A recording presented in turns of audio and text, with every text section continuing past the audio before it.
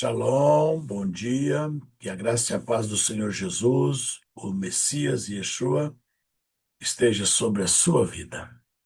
Eu sou o Bispo Rinaldo Jobe, líder do Ministério Tesouros Eterno, Casa de Oração, aqui em Primavera do Leste.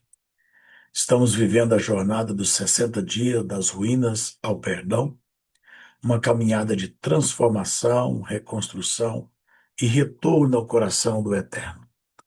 Nos episódios anteriores, nós já conhecemos as ruínas, percebemos o consolo de Deus, aprendemos a disciplina, removemos os encontros e preparamos o coração para a reconciliação. Agora seguimos avançando, compreendendo que Deus não deseja nos deixar preso às perdas. Ele quer reconstruir nossa vida, nossos relacionamentos, nossa família e a nossa comunhão com Ele.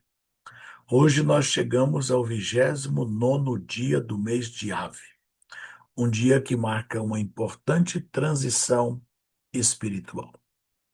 E o tema de nossa reflexão é Preparando-se para Elu, tempo de buscar a face de Deus. E para isso nós vamos ler Êxodo 34. Êxodo 34. O livro de Êxodo é o segundo livro da Bíblia, a partir do versículo 1. Diz assim: Então disse o Senhor a Moisés: Lavra 2 tábuas de pedra, como as primeiras, e eu escreverei nela as mesmas palavras que estavam nas primeiras tábuas que quebraste. E prepara-te para amanhã, para que subas pela manhã ao monte Sinai, e ali te apresentes a mim, no cimo do monte. Ninguém suba contigo, ninguém apareça em todo o monte, nem ainda ovelhas, nem gado se apacentem defronte dele. Lavrou, pois, Moisés 2 tábuas de pedra, como as primeiras, e levantando-se pela manhã, de madrugada, subiu ao monte Sinai, como o Senhor lhe ordenara, levando nas mãos as 2 tábuas de pedra. Tendo o Senhor descido na nuvem, ali esteve junto dele e proclamou o nome do Senhor. E passando o Senhor por diante dele, clamou: Senhor, Senhor, Deus compassivo e clemente e longânimo, e grande em misericórdia e fidelidade, que guarda a misericórdia em 1000 gerações, que perdoa a iniquidade, a transgressão e o pecado, ainda que não inocenta o culpado, e visita a iniquidade dos pais nos filhos, dos filhos até a terceira e quarta geração. Imediatamente, curvando-se Moisés para a terra, o adorou e disse: Senhor, se agora achei graça aos teus olhos, segue em nosso meio conosco, porque este povo é de dura cerviz. Perdoa a nossa iniquidade e o nosso pecado, e toma-nos por tua herança. Êxodo 34, de 1 a 9. E agora, o Salmo de número 27. Diz assim: O Senhor é a minha luz e a minha salvação. De quem terei medo? O Senhor é a fortaleza da minha vida. A quem temerei? Quando malfeitores me sobrevêm para me destruir, meus opressores e inimigos, eles é que tropeçam e caem. Ainda que um exército se acampe contra mim, não se atemorizará o meu coração. E se estourar contra mim a guerra, ainda assim terei confiança. Uma coisa peço ao Senhor e a buscarei, que eu possa morar na casa do Senhor todos os dias da minha vida, para contemplar a beleza do Senhor e meditar no seu templo. pois no dia da adversidade ele me ocultará no seu pavilhão. No recôndito do teu tabernáculo me acolherá. Elevar-se-á sobre uma rocha. Agora será exaltada a minha cabeça acima dos meus inimigos, que me cercam. No seu tabernáculo oferecerei sacrifício de júbilo, cantarei e salmodiarei ao Senhor. Ouve, Senhor, a minha voz, eu clamo. Compadece-te de mim e responde-me. Ao meu coração me ocorre, buscai a minha presença. Buscarei, pois, Senhor, a tua presença. Não me esconda, Senhor, a tua face. Não rejeite com ira o teu servo. Tu és o meu auxílio. Não me recuses e nem me desampares, ó Deus da minha salvação. Porque se meu pai e minha mãe me desampararem, o Senhor me acolherá. Ensina-me, Senhor, o teu caminho e guia-me por veredas planas, por causa dos que me espreitam. Não me deixe à vontade dos meus adversários, pois contra mim se levantam falsas testemunhas e os que só respiram crueldade. Eu creio que verei a bondade do Senhor na terra dos viventes. Espera pelo Senhor, tem bom ânimo e fortifique-se o teu coração. Espera, pois, pelo Senhor. Hoje, o nosso 29º dia, um dia que antecede a transição importante e espiritual. A preparação para Elu, tempo de buscar a face de Deus. Ao longo desta jornada, o Senhor nos conduziu por um caminho de reconstrução. Aprendemos a reconhecer as ruínas, removemos os escombros, tratamos o orgulho, confrontamos o auto-engano, restauramos relacionamentos, refletimos sobre a reconstrução da casa, aprendemos sobre a responsabilidade da liderança. Agora chegamos diante da porta de uma nova etapa. Estamos às vésperas de Elu, o mês que, na tradição bíblica, torna-se um período dedicado ao exame do coração, à oração, à busca da presença do Eterno e à preparação para os grandes dias de Tishrei, que é Yom Kippur e os dias de Teshuvá. Observe como existe uma sequência espiritual muito bonita. Ave nos ensinou a olhar aquilo que caiu. Elu nos ensinará a voltar. O mês de Ave nos revelou as ruínas. O mês de Elu nos chama a Teshuvá, ao retorno. A ave nos fez lembrar os lamentos, o afastamento. Elu nos convida a buscar novamente a face de Deus. Por isso, hoje, não é apenas mais um dia do calendário. Estamos diante da entrada de um novo tempo espiritual. E toda nova estação exige preparação. O que estamos estudando, chamaríamos este dia de uma soleira. Ainda estamos em Ave, mas já conseguimos enxergar Elu. Na vida também existem momentos assim.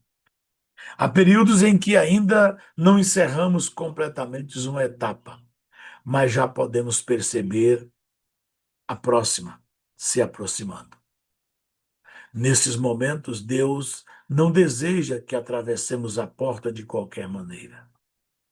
Antes de entrar em uma nova estação, precisamos organizar o coração, rever as prioridades, confessar os pecados, restabelecer a comunhão, preparar a vida.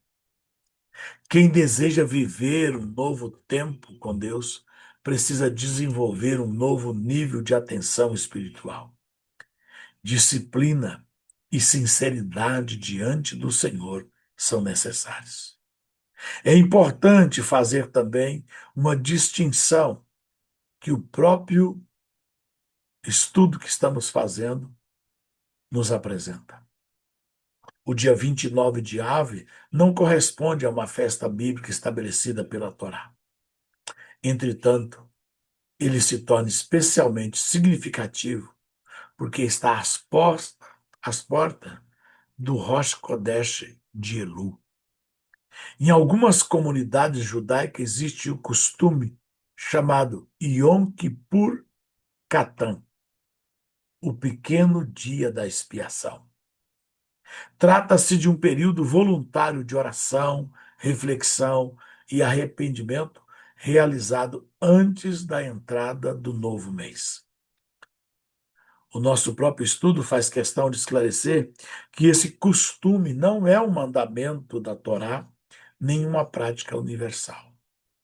Pertence ao desenvolvimento posterior da tradição dos judeus. Por outro lado, o princípio espiritual que esse costume procura enfatizar encontra amplo fundamento nas Escrituras. Examinar o coração, confessar pecados, buscar a Deus, preparar-se espiritualmente para a próxima estação. Esses princípios atravessam toda a palavra de Deus e continuam plenamente atuais até hoje entre nós. Nesse contexto, o estudo nos leva até um dos episódios mais marcantes da história de Israel, o pecado do bezerro de ouro.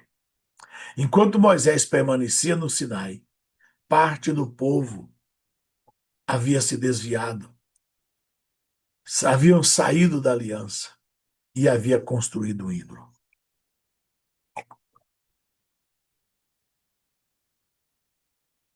As primeiras tábuas da lei, ao descer Moisés do monte, as quebrou. Aquelas pedras partidas tornaram-se um símbolo visível da ruptura produzida pelo pecado. Mas existe algo extraordinário nessa narrativa, nessa história. A história não termina diante das tábuas quebradas. Moisés intercede pelo povo. Moisés clama a Deus novamente pelo povo.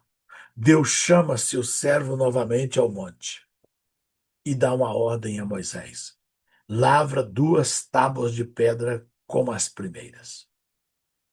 A tradição judaica associa esse novo chamado ao início de Elu e relaciona os 40 dias seguintes ao caminho que culmina em Yom Kippur.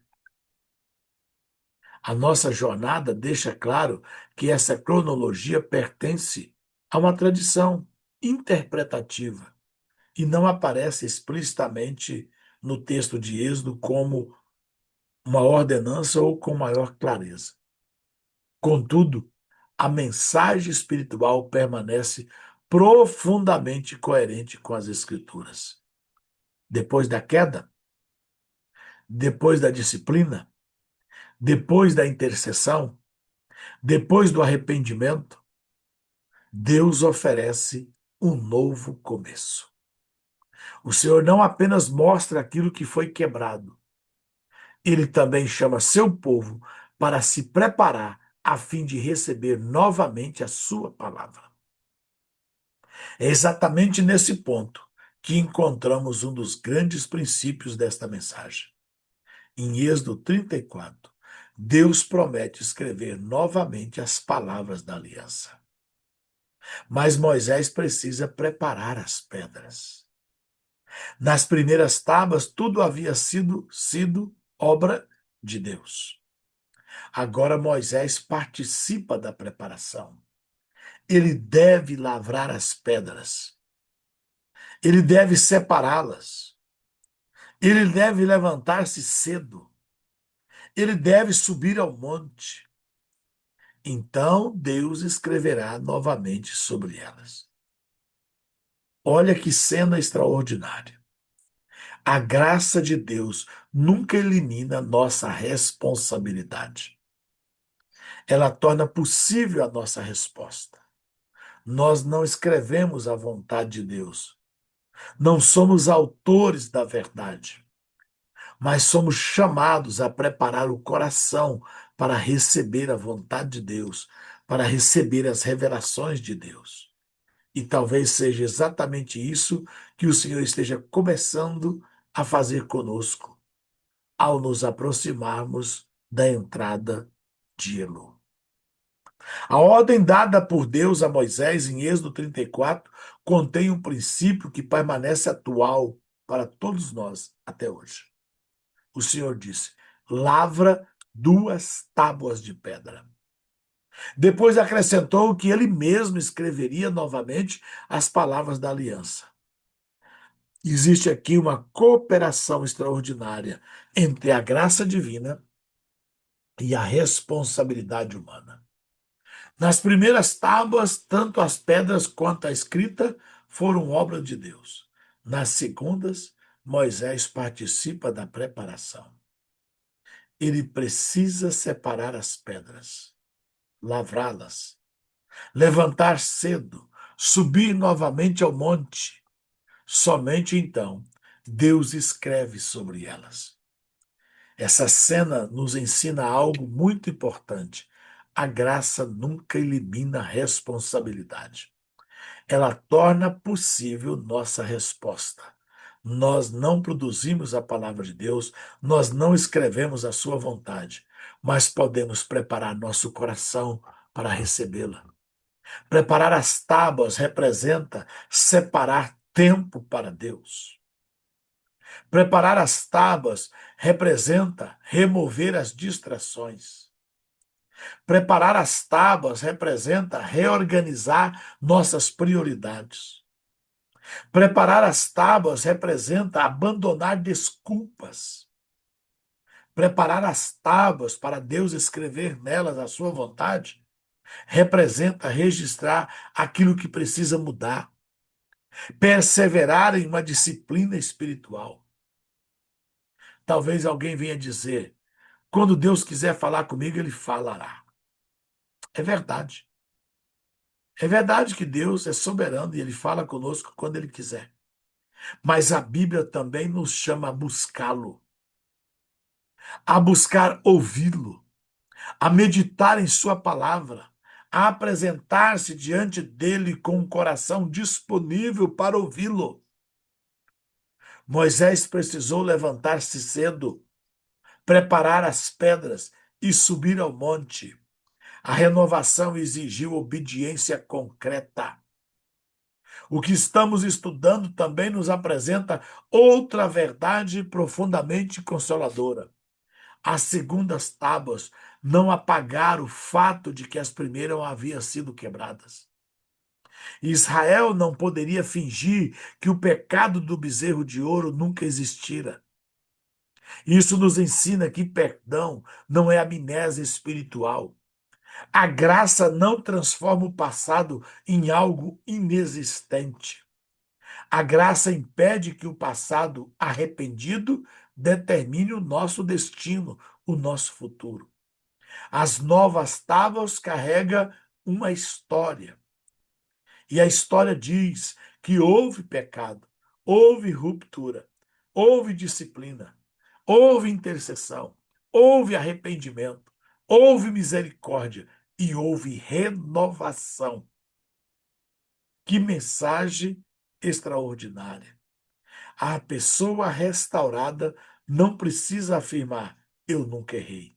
Ela pode testemunhar: eu errei, fui confrontado, voltei-me para Deus e a sua misericórdia me concedeu um novo começo. O apóstolo João confirma esse princípio ao ensinar que, se dissermos que não temos pecado, enganamos a nós mesmos. Mas se confessarmos os nossos pecados, Deus é fiel e justo para nos perdoar e nos purificar. O mês de Elu não é o mês da aparência religiosa. O mês de Elu é um convite à verdade diante do Senhor. Logo vemos em Êxodo 34, em seguida, apresenta uma das maiores revelações do caráter de Deus em toda a Escritura. Quando Moisés sobe novamente ao monte, o Senhor proclama seu próprio nome. O Senhor revela sua misericórdia. O Senhor revela sua compaixão. O Senhor revela sua paciência.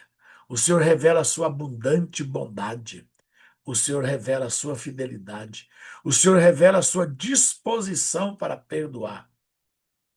E também seu compromisso com a justiça. Na tradição judaica, essa passagem ficou conhecida como os 13 atributos da misericórdia. O estudo faz questão de explicar que essa tradição jamais deve ser entendida como uma fórmula mágica. Não basta repetir palavras. É necessário permitir que o caráter de Deus transforme o nosso próprio caráter. Não faz sentido afirmar que Deus é misericordioso enquanto tratamos os outros sem misericórdia. Não adianta celebrar a paciência do Senhor se respondemos às pessoas apenas com irritação. Não basta declarar que Deus ama a verdade se continuamos alimentando mentiras. A misericórdia recebida precisa produzir uma vida misericordiosa. Esse é um grande objetivo da preparação do nosso coração para o mês de Elul.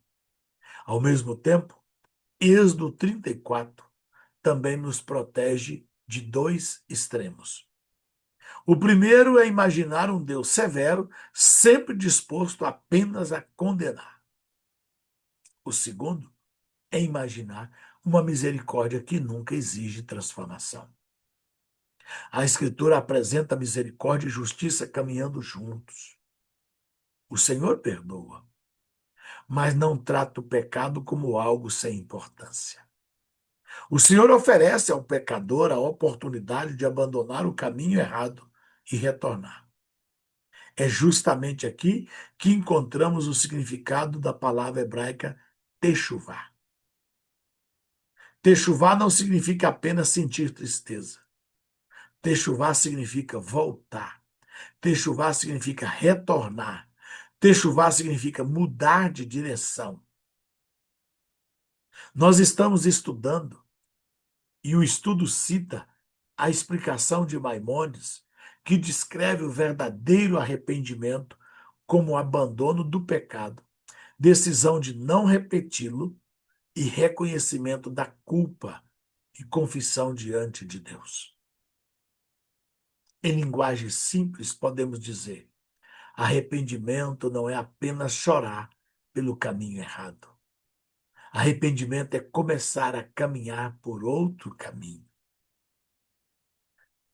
Entre a quebra das primeiras tábuas e a entrega das segundas, existe ainda outro elemento indispensável: a intercessão de Moisés. Deuteronômio relembra que Moisés permaneceu diante do Senhor por causa do pecado do povo. Moisés não chamou a idolatria de algo insignificante. Moisés reconheceu sua gravidade. Moisés recusou a indiferença. Colocou-se diante de Deus em favor da comunidade. Essa também é uma preparação importante para o mês de Elul. Precisamos perguntar: por quem devemos perseverar em oração? Por minha família?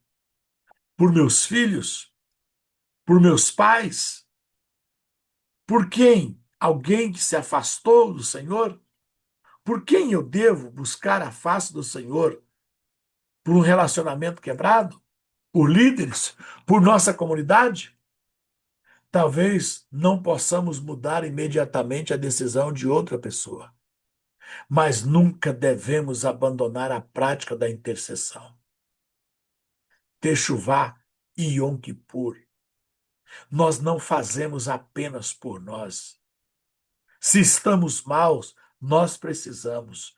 Mas se estamos bem, nós vamos nos colocar como intercessores por esta nação, por nossa comunidade, por nossos familiares, por alguém que ainda precisa se arrepender. Quando ouvimos o convite do Eterno dizer: quem é santo, se santifique mais ainda. Por quê? Porque esta é a prática da intercessão.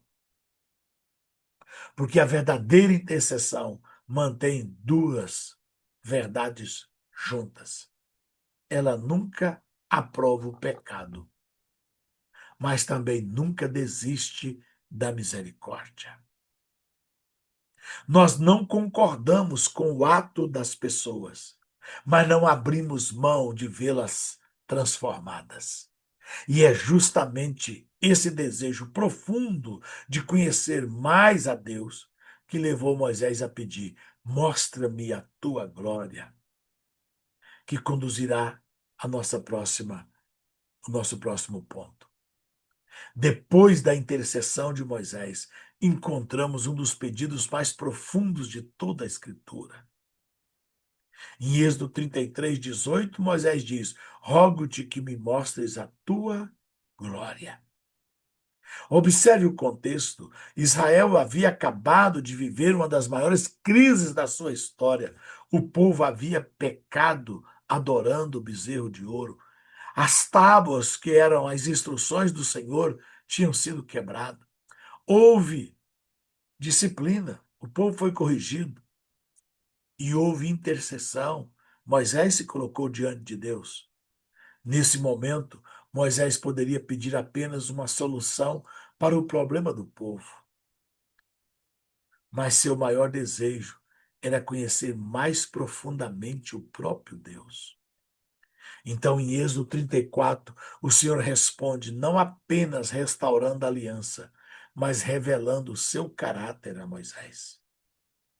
Isso nos ensina uma verdade fundamental. A maior necessidade de quem está sendo restaurado não é simplesmente resolver seus problemas. A maior necessidade é conhecer melhor o Deus que restaura.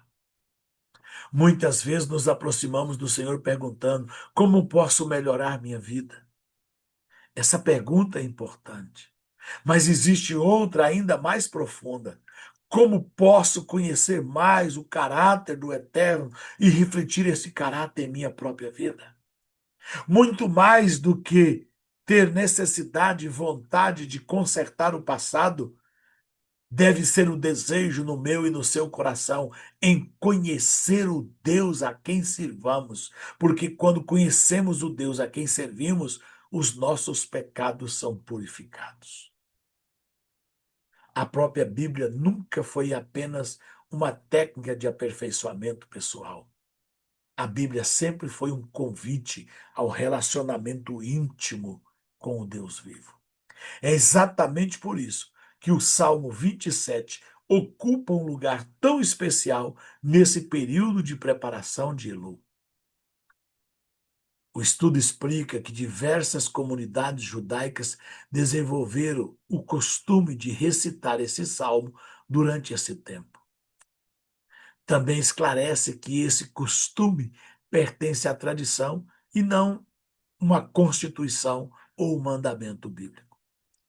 No centro do salmo encontramos um dos pedidos mais belos das Escrituras. Uma coisa peço ao Senhor e a buscarei. Davi continua dizendo que deseja permanecer na presença do Senhor todos os dias da sua vida. Perceba, ele não apresenta uma lista interminável de prioridades. Ele fala de uma única coisa: buscar a face do Senhor. Ao preparar-nos para o mês de Elu, Deus também nos chama de volta à centralidade. Muitas pessoas nunca abandonaram completamente a fé, mas permitiram que Deus se tornasse apenas um assunto entre tantos outros assuntos. A oração passou a ocupar apenas os intervalos de rotina. A palavra ficou reservada para momentos de crise. É quando muitos vão ler a Bíblia. Então o Senhor nos faz um convite: buscai a minha face.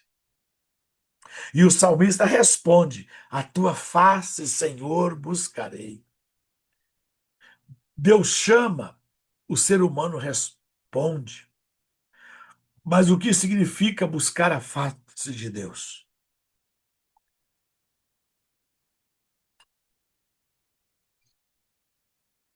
nós vamos encontrar esta resposta. Na linguagem bíblica, isso não significa procurar uma forma física do Senhor. Significa voltar-se para a sua presença, desejar sua vontade, cultivar comunhão com Ele. Buscar a face do Senhor é desejar Deus mais do que apenas as bênçãos que Ele pode nos dar. É ouvir antes de pedir. É examinar o coração à luz da palavra. É permanecer diante dele, mesmo quando não existem emoções extraordinárias. É obedecer ao que ele já revelou. É confiar em seu caráter. É esperar com perseverança. Por isso, Yeshua ensina em Mateus 6 que devemos entrar no lugar secreto e orar ao Pai. Ele não apresenta a oração como espetáculo, apresenta-o como um encontro. A pergunta então deixa de ser apenas eu oro e passa a ser a minha oração ainda é um encontro verdadeiro com Deus ou tornou-se apenas uma repetição apressada? O Salmo 27 termina ensinando algo igualmente importante. A confiança não elimina a realidade das dificuldades. O salmista fala dos adversários, dos perigos, da espera, mas continua afirmando que o Senhor é a sua luz e a sua salvação e a sua fortaleza.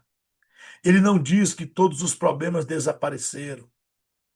Ele afirma que Deus permanece presente no meio de todos os problemas. Por isso o salmista conclui: espera no Senhor.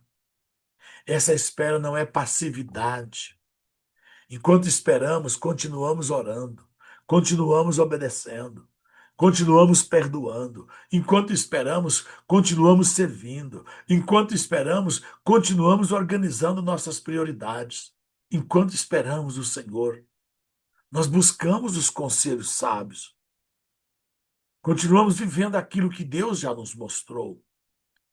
Às vezes a resposta ainda não chegou, porque durante a espera, o próprio Deus está formando o nosso caráter. O mês de Elul não será uma corrida para parecer espiritualmente perfeito. O mês de Elul será uma caminhada perseverante na direção da presença do Senhor.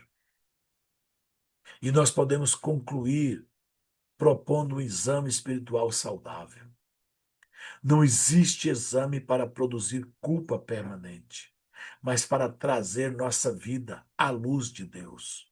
Somos convidados a examinar nossos relacionamentos com o Senhor, a examinar nossas palavras, a examinar nossos relacionamentos. O mês de Elul é para nós fazermos o exame das nossas responsabilidades, da nossa administração financeira. O mês de Elul é o tempo em que nós vamos fazer um exame da nossa vida interior, da nossa maneira de servir.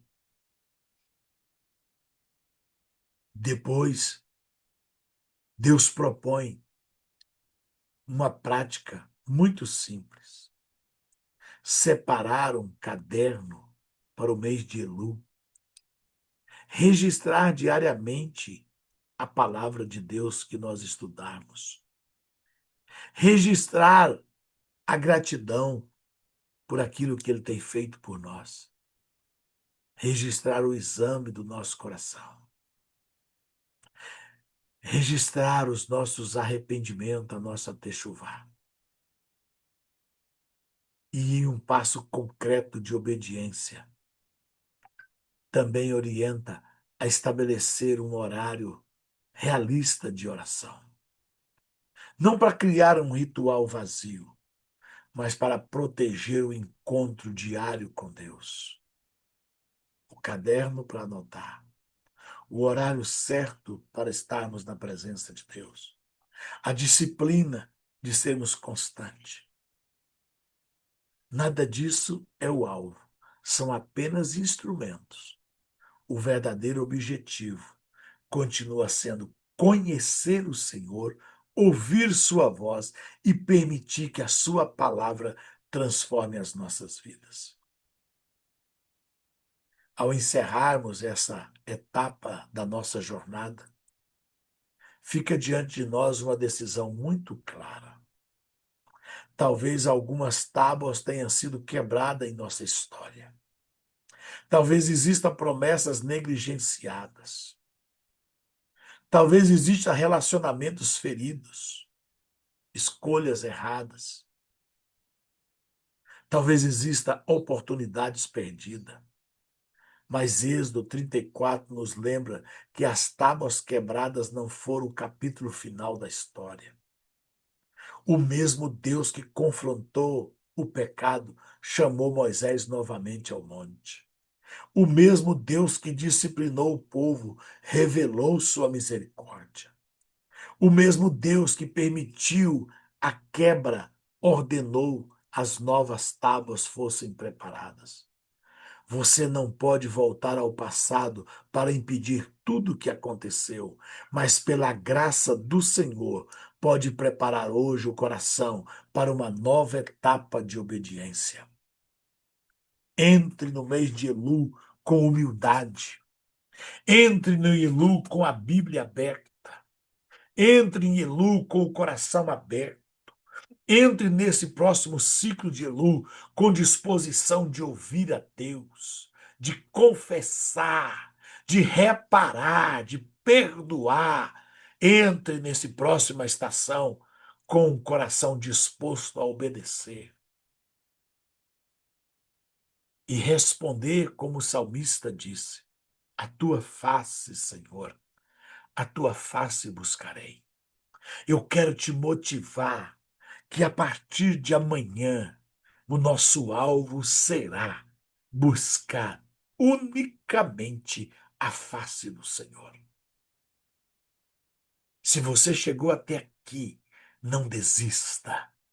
Estamos próximos de uma virada, de uma reconstrução, de uma mudança extraordinária para as nossas vidas. Continue firme. Estamos juntos e vamos chegar mais longe, mais alto e alcançarmos a vontade de Deus. Se esta jornada está edificando sua vida, compartilhe esse vídeo, envie para outras pessoas e convide a sua família, os seus amigos para caminharem conosco. Acompanhe os episódios anteriores e permaneça conosco até o Yom Kippur. Porque a última palavra não pertence às ruínas. A última palavra pertence ao Deus que restaura. Você vai encontrar na descrição deste vídeo o link para você enviar a alguém ou incluir alguém nos nossos grupos de estudo, aonde nós vamos receber diariamente instruções, informações, estudos da palavra de Deus. E nos últimos 10 dias desta jornada, nós faremos presencialmente aqui, às 5 da manhã, horário de Mato Grosso, 6 da manhã, horário de Brasília. E eu conto com você e com mais alguém que você vai convidar. Amém? Quero orar por você. Pai eterno, Pai de misericórdia, Pai da verdade. Nós nos colocamos diante de Ti, em nome de Jesus, com humildade, ao encerrarmos o mês de Ave e nos prepararmos para entrar no mês de Elu. Obrigado porque Tu não permites que nossa história termine nas tábuas quebradas. Ensina-nos a preparar o coração como Moisés preparou as pedras para que a Tua palavra seja novamente escrita em nossa vida. Sonda-nos, revela aquilo que precisa ser confessado. Fortalece-nos para abandonar o caminho errado e conduz-nos a uma techuvá verdadeira. Desperta em nós fome pela tua presença, amor pela tua palavra, perseverança na oração. Que não busquemos apenas tuas bênçãos, mas principalmente a tua face. Dá-nos disciplina para caminharmos diariamente contigo, coragem para reparar o que precisa ser restaurado e confiança para esperar no seu tempo. Que a tua graça produza em nós um coração misericordioso, verdadeiro, obediente e fiel. Oramos em nome de Jesus, nosso Messias e Yeshua. Amém. Te espero no próximo encontro.